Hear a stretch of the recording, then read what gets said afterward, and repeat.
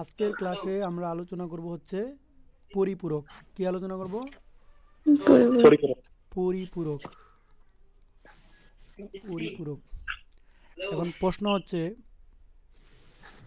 মাইক্রোফোনগুলো mute রাখতে হবে। যখন যাকে প্রশ্ন করব শুধুমাত্র সে উত্তর দিবে, ঠিক আছে? হুম। ওকে। যখন তুমি কথা বলতে চাও, আমি প্রশ্ন করলাম না, মনে করো তুমি কিছু একটা বলতে চাইলে, মাইক্রোফোন মিউটটা খুলে কথা বলবা। এতে করে একটু নয়েজটা আমাদের কম আসবে, ক্লাস নিতে ভালো লাগবে। পরিপূরক বলছি। এখন পরিপূরক আমরা জানি 3.1 চারটা টপিকস। নাম্বার 1 হচ্ছে রূপান্তর, নাম্বার 2 যোগ বিয়োগ, নাম্বার 3 হচ্ছে পরিপূরক, নাম্বার 4 হচ্ছে কোড। তো আমরা রূপান্তরের পাঠ শেষ করছি, যোগ বিয়োগের শেষ করছি। আজকের ক্লাসে আলোচনা হচ্ছে পরিপূরক। পরিপূরক। তো এখন প্রশ্ন হচ্ছে যে পরিপূরক কেন করি, কি কারণে করি? পরিপূরক শব্দটাকে আমি প্রথমে পরিচয় করাই দেব। কাকে পরিচয় করাই দেব? পরিপূরক। আচ্ছা, নর্মালি যদি কাউকে আমি একটু প্রশ্ন করি যে আচ্ছা বলো তো 5-এর বাইনারি কত? 5-এর বাইনারি কত বলতে পারবা কিনা বলো তো? পারবো। বলো তো 5-এর বাইনারি কত? 101। 101। যদি এখন প্রশ্ন করি যে -5-এর বাইনারি কত, বলো তো এখন -5 বাইনারি কত? জানি না। উত্তর অনেকে বলে যে স্যার 5-এর বাইনারি যদি 101 তাহলে -5-এর বাইনারি হচ্ছে -101। কিন্তু মজার বিষয়, যত সহজে তুমি 5-এর ধনাত্মক একটা সংখ্যার বাইনারি মান বলতে পারো, তত সহজে কিন্তু কি করা যাবে না, একটা ঋণাত্মক সংখ্যার বাইনারি মান বলা যাবে না। যাবে না। এই ঋণাত্মক সংখ্যা বাইনারি মান বের করার জন্য যে পদ্ধতিটা আমরা অনুসরণ করি সেই পদ্ধতির নামই হচ্ছে পরিপূরক। বুঝছেন বিষয়টা? হুম। ঋণাত্মক সংখ্যার বাইনারি মান বের করার জন্য যে পদ্ধতি অনুসরণ করি সেই পদ্ধতির নামই হচ্ছে কি? পরিপূরক। পরিপূরক। তার মানে পরিপূরক করার উদ্দেশ্য হচ্ছে কি করা, কি কি কারণে কি বের করা? ঋণাত্মক সংখ্যার বাইনারি বের করা। সংখ্যার বাইনারি। ঋণাত্মক সংখ্যার কি করা? বাইনারি বের করা। ঋণাত্মক সংখ্যার বাইনারি বের করা। সংখ্যার বাইনারি বের করা, ঠিক আছে? এখন প্রশ্ন হচ্ছে এই ঋণাত্মক সংখ্যা বাইনারি বের করব, ঠিক আছে মানলাম, কিন্তু ঋণাত্মক সংখ্যা বাইনারি বের করার একটা পদ্ধতি নয়, পদ্ধতি আছে কয়টা জানো? 3টা। আবার বলছি ঋণাত্মক সংখ্যা বাইনারি বের করার একটা দুইটা পদ্ধতি নয়, পদ্ধতি রয়েছে কয়টা? 3টা। তিনটা। 3টা কি কি খেয়াল করো। 3টা হচ্ছে 1 নাম্বার সাইন অ্যান্ড ম্যাগনিটিউড, কি নাম? Sign magnitude. 2 নাম্বারটা ওয়ান্স কমপ্লিমেন্ট, 3 নাম্বারটা হচ্ছে টুস কমপ্লিমেন্ট। কমপ্লিমেন্ট। আবারও বলি যে যে কোনো ঋণাত্মক সংখ্যার মান বের করার 3টা পদ্ধতি আছে। পদ্ধতি 3টার নাম হচ্ছে, একটা নাম হচ্ছে সাইন অ্যান্ড ম্যাগনিটিউড, 2 নাম্বার হচ্ছে ওয়ান্স কমপ্লিমেন্ট, 3 নাম্বার হচ্ছে 2-এর পরিপূরক। সাইন ম্যাগনিটিউড বাংলা অর্থ প্রকৃত মান, গঠন অথবা চিহ্ন bit. Complement one's complement Bangla অর্থ হচ্ছে 1-এর পরিপূরক। টুস কমপ্লিমেন্ট শব্দের অর্থ হচ্ছে 2-এর পরিপূরক। এই 3টা পদ্ধতির মধ্যে বর্তমানে 2টা পদ্ধতি ব্যবহার করা হয় না। 2টা পদ্ধতি কি কি? একটা হলো সাইন অ্যান্ড ম্যাগনিটিউড, আর একটা হচ্ছে কি ওয়ান্স কমপ্লিমেন্ট। তাহলে কমপ্লিমেন্ট। সব থেকে জনপ্রিয় পদ্ধতি কোনটা? টুস কমপ্লিমেন্ট। 2-এর পরিপূরক এটা হচ্ছে সব থেকে জনপ্রিয় পদ্ধতি। কিন্তু 1-এর পরিপূরক কেন ব্যবহার করা হয় না, সাইন অ্যান্ড ম্যাগনিটিউড কেন ব্যবহার করা হয় না, সেই জিনিসগুলো আমরা এখন জানবো। যে সাইন অ্যান্ড ম্যাগনিটিউড পদ্ধতিটা কেন বাতিল করা হলো, আর ওয়ান্স কমপ্লিমেন্টটা কেন বাতিল করা হলো, যে 2টা পদ্ধতি কেন বাতিল করা হলো, কেন গ্রহণযোগ্য হলো না, সর্বশেষে কেন হচ্ছে 2-এর পরিপূরকটা গ্রহণযোগ্য হলো, আমরা এটা এখন বিশ্লেষণ করব, ঠিক আছে? ওকে,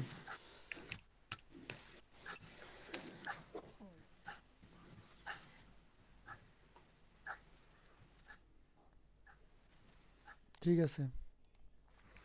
প্রশ্নের উত্তর হচ্ছে যে শুভ রেসপন্স করবা মাঝে মধ্যে একটু, হ্যাঁ, নাহলে বুঝবো কি করে তুমি লাইনে আসো বা হচ্ছে তুমি বুঝতেছো ঠিকঠাক ক্লাস। আমি এতক্ষণ ধরে কি বলছি তুমি কি বুঝতে পারছো? হ্যালো, হুম। কি বলছি এতক্ষণ ধরে বুঝতে পারছো? এই যে রুমে গেম হ্যাঁ হ্যাঁ পারছি। রুমের ভিতর গেম চলেছে।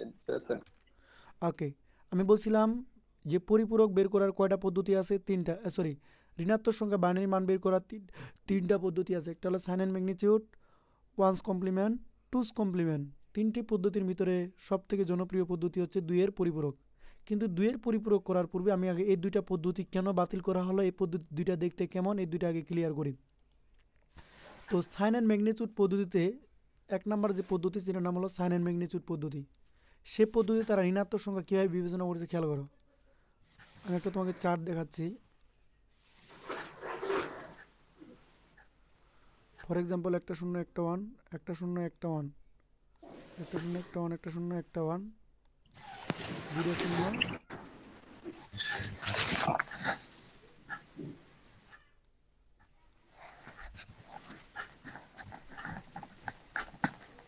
আচ্ছা, এটা নিশ্চয়ই কারো না কারো বাইনারি মান, রাইট কিনা? এগুলো কি লিখলাম? বাইনারি মান লিখলাম, তাই না? এটা লিখলাম হচ্ছে বাইনারি মান, আর এই পাশে লিখলাম আমি কি জানো, সংখ্যা। তো চিহ্ন বিট সংখ্যা পদ্ধতি মানে সাইন অ্যান্ড ম্যাগনিটিউড পদ্ধতিতে, সাইন অ্যান্ড ম্যাগনিটিউড পদ্ধতিতে সাইন অ্যান্ড ম্যাগনিটিউড পদ্ধতিতে তারা বলতে চাচ্ছে এই যে সর্ববামের যে বিটটা দেখতে পাচ্ছ, সর্ববামের যে বিটটা দেখতেছো, এই বিটটার নাম হলো চিহ্ন বিট। নাম কি? চিহ্ন বিট। চিহ্ন বিট। তারা বলতে চাচ্ছে চিহ্ন বিট যদি 0 হয়, চিহ্ন বিট 0 0 হলে ঋণাত্মক সংখ্যা, ঋণাত্মক, সরি, চিহ্ন বিট 1 হলে, চিহ্ন বিট 0 হলে ধনাত্মক সংখ্যা, চিহ্ন বিট 0 হলে কি সংখ্যা? ঋণাত্মক। ধনাত্মক। মিসিং করছে, একটু খেয়াল করো। ধনাত্মক। চিহ্ন বিট 0 হলে ধনাত্মক সংখ্যা, চিহ্ন বিট 0 হলে কি সংখ্যা? ধনাত্মক সংখ্যা। ধনাত্মক সংখ্যা। আর ওরা বলতে চাচ্ছে চিহ্ন বিট 1 হলে,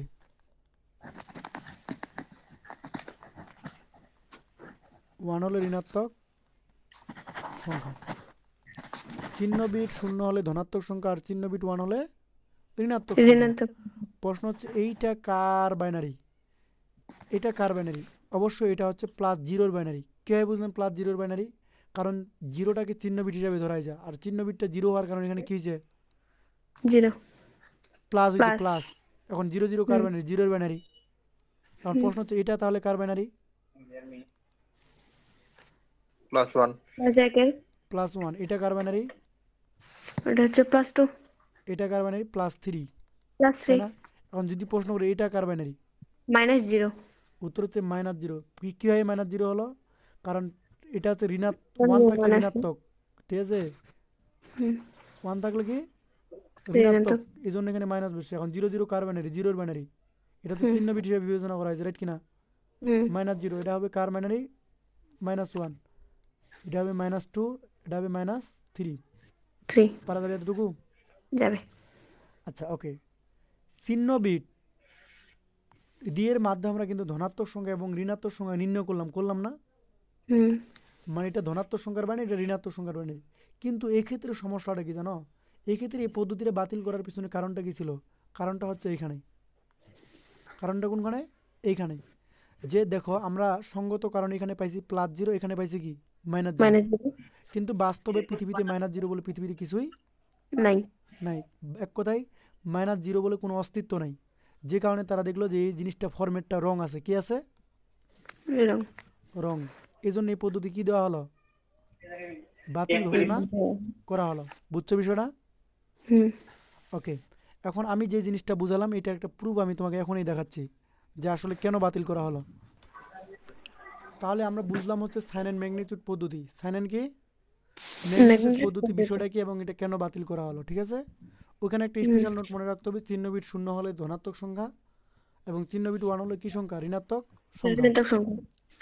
এখন আমরা জানবো সাইন অ্যান্ড ম্যাগনিটিউড পদ্ধতির পর পরবর্তী পদ্ধতিটার নাম ছিল হচ্ছে একের পরিপূরক। নাম কি ছিল? একের পরিপূরক। পরিপূরক। এখন জেনে আসে যে একের পরিপূরক কাকে বলে। কোনো একটা সংখ্যার বাইনারি মানকে, কোনো একটি সংখ্যার বাইনারি মানকে, বাইনারি মানকে, মাইক্রোফোন মিউট করো। কোনো একটি সংখ্যার বাইনারি মানকে উল্টিয়ে দিলে, উল্টিয়ে কোনো একটি সংখ্যার বাইনারি মানকে উল্টিয়ে দিলে যে মান পাওয়া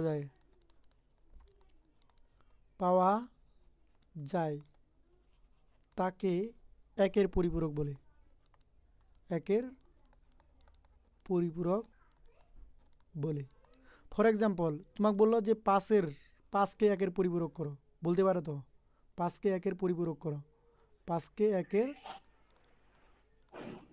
পরিপূরক করো। তখন আমরা কি করব, জাস্ট পাঁচের বাইনারি বের করবো। তাহলে পাঁচের বাইনারি কি হবে?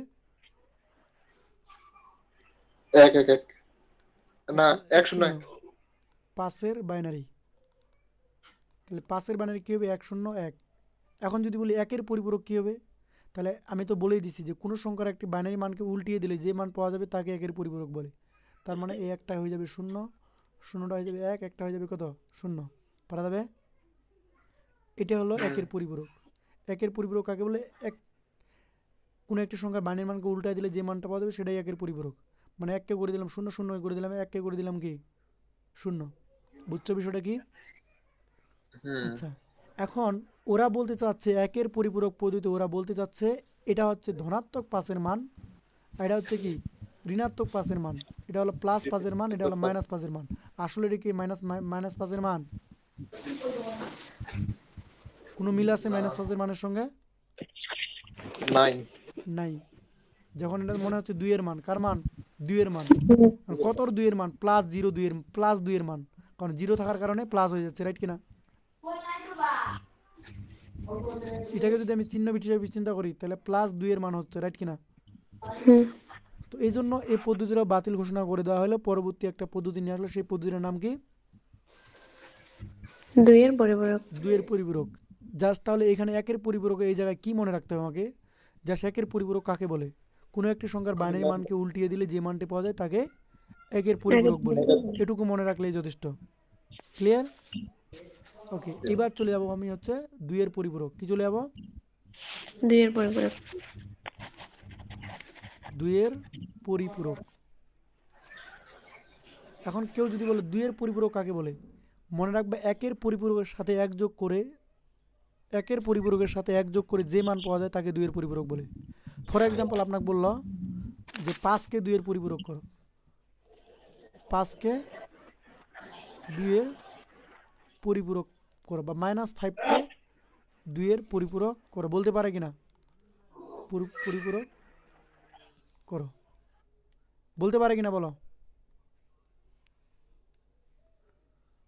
তবে এক্ষেত্রে একটা নোট মনে রাখতে হবে, দুইয়ের পরিপূরক করার নোট।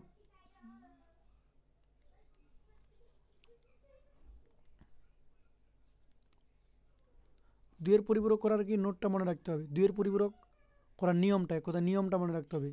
নিয়মটা প্রথমে হচ্ছে ধনাত্মক সংখ্যার বাইনারি, ধনাত্মক সংখ্যার বাইনারি। এক নম্বরে যে কাজটা করবো সেটা হলো ধনাত্মক সংখ্যার বাইনারি মানটা বের করে ফেলবো। দেন আমি 2 নম্বর কাজটা কি করব, 8 বিট রেজিস্টারে সাজাবো।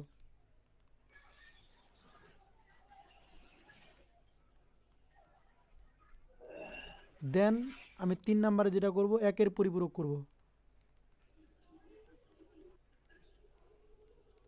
দেন 4 নম্বরে যেটা করব সেটা হলো একের পরিপূরকের সঙ্গে এক যোগ, একের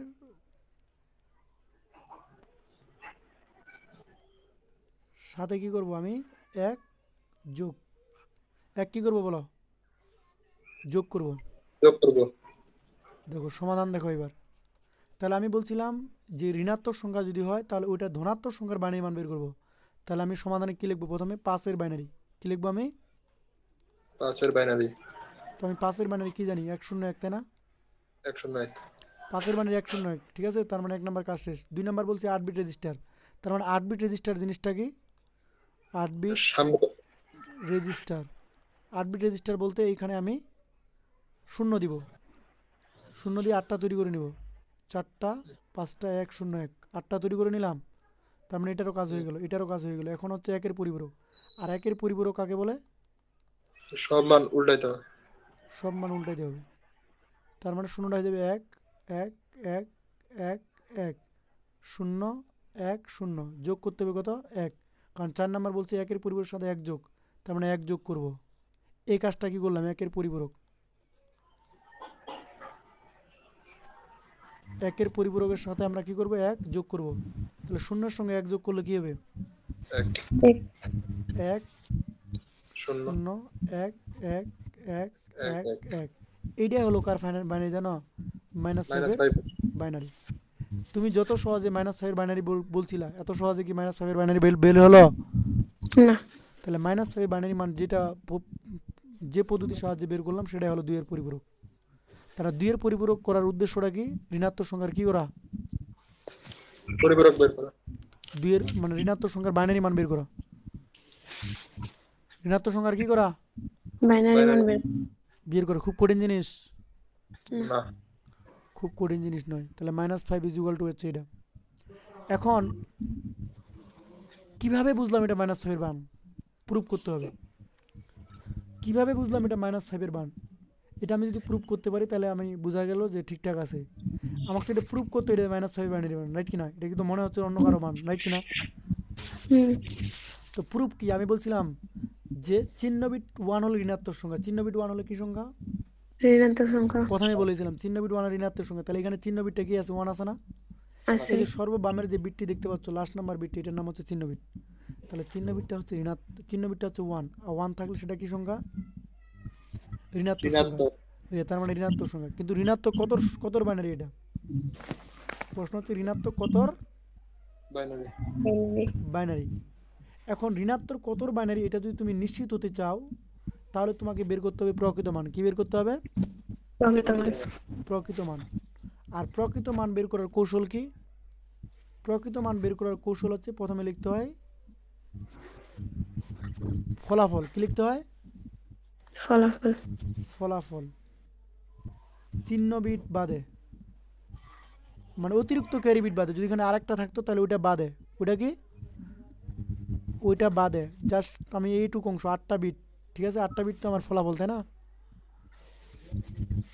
ফলাফল লিখলাম। কি লিখলাম বলো তো, ফলাফল।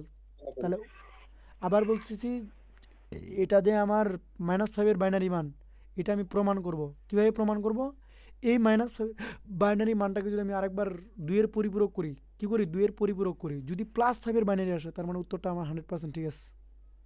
মানে কোথায় সব ঠিকঠাক আছে, কোনো সমস্যা নেই। তাহলে এটা -5 বাইনারি, এটা যদি উল্টাই দিই তাহলে অবশ্যই কার বাইনারি আসতে হবে, +5 এর বাইনারি আসতে হবে। এখন +5 বাইনারিটা আমরা নিয়ে আসি, দেখি আসে কিনা। আবার বলছি যে ফলাফলকে আবার 2 এর পরিপূরক করতে হবে। তাহলে আমরা ফলাফলটা পাইছি কি, আমরা 1 1 কটা 1 5টা 1 0 1 1, এটাকে 1 এর পরিপূরক করতে হবে। তার মানে এটা হবে 0 0 0 0 0 1 0 1। যোগ করবো কত, আবার 1 1 1 যোগ করে 0, কেরি আছে 1 1 বসে গেল, 1 0। ভুল হচ্ছে মনে হচ্ছে কোথাও, দেখো তো ভুলটা কোথায়। বেশি হয়েছে মানে আচ্ছা, ভুলটা হচ্ছে এখানে, 0 আসলে 1 করলাম, 1 আছে 0 করলাম, বাট 1 আছে কি হয়ে যাবে, মানে 0। প্রথমে মনে হয় 1 যোগ করতে হবে, তারপর মনে হয় উল্টা দিতে লাগবে নাকি? না না, সব ঠিকঠাক আছে, আমি যেভাবে বুঝাচ্ছি এটা ঠিক আছে। 0 আর 1 যোগ করে কত হলো, 1 1 0 1, বাকিগুলো কি থেকে গেল, 0 থেকে গেল। দেখো 5 এর বাইনারি আসছে কিনা। আচ্ছা আমি তো বলছিলাম যে 2 এর পরিপূরক করা নিয়ম কি, প্রথমে ধনাত্মক সংখ্যার বাইনারি মান বের করতে হবে, করলাম। তারপর 8 বিট রেজিস্টারে সাজাইলাম, এই যে 8 বিট রেজিস্টার বলতে এটা বোঝানো হয়েছে, রাইট কিনা? হুম, 1 এর পরিপূরক করলাম, ঠিক আছে। 1 এর পরিপূরক বলতে 0 থাকলে 1, 0 থাকলে 1, 0 থাকলে 1, 1 থাকলে 0, 1 থাকলে 0। 1 এর পরিপূরকের সঙ্গে কী করতে হবে, নিয়মে লিখে দিয়েছিলাম 1 যোগ করতে হবে। তাহলে 1 যোগ করলাম, 0 আর 1 যোগ করে 1 1 1 0, মানে যোগ করে বসাই দিলাম। তাহলে এটা হইলো কি, -5 বাইনারি। এখন আমি কীভাবে প্রমাণ করবো যে এটা -5 বাইনারি, আমাকে তো প্রমাণ করতে হবে। এখন এটা আমি কেন প্রমাণ করলাম, তোমাদের বোঝানোর জন্য। তুমি এটা করলেও হবে, না করলেও হবে, তবে করাটা ভালো। তবে করাটা কি ভালো। ফলাফল যখন ঋণাত্মক তখন এটাকে প্রকৃত মান বের করা কি, প্রকৃত মান বের করা ভালো। এখন প্রকৃত মান কীভাবে বের করবো, ফলাফল সহ, সরি ফলাফল লিখবো, কি লিখবো? ফলাফল। ফলাফল এটা আমার, রাইট কিনা? এই ফলাফলটাকে আমরা লিখবো, লেখার পর কি করব? ওইটাকে আবার 2-এর পরিপূরক করব। আবার 2-এর পরিপূরক করার নিয়ম কি? যে 1-এর পরিপূরক করতে হবে, তারপর 1 যোগ করতে হবে। তাহলে 1-এর পরিপূরক করলাম, 1 যোগ করলাম। তো এইটা যদি ঋণাত্মক হয় তাহলে এটা 2-এর পরিপূরক করলে কি হবে? আবার ধনাত্মক হবে। ভিডিওটা ক্লিয়ার না আনক্লিয়ার? ক্লিয়ার। আচ্ছা, প্রিয়াঙ্কা বলেন, ইয়েস স্যার। ক্লিয়ার না আনক্লিয়ার? ক্লিয়ার। কোনটা সমস্যা বলেন? সমস্যা নাই তো। ওকে,